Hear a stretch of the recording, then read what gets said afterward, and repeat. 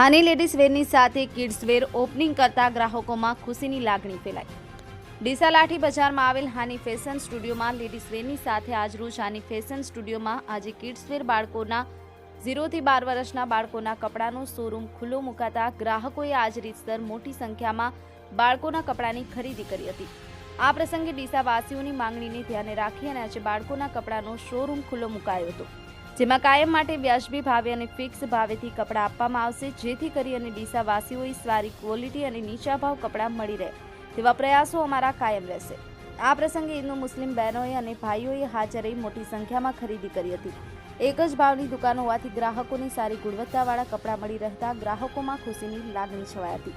Jamil Memon, SK today news, Deesa.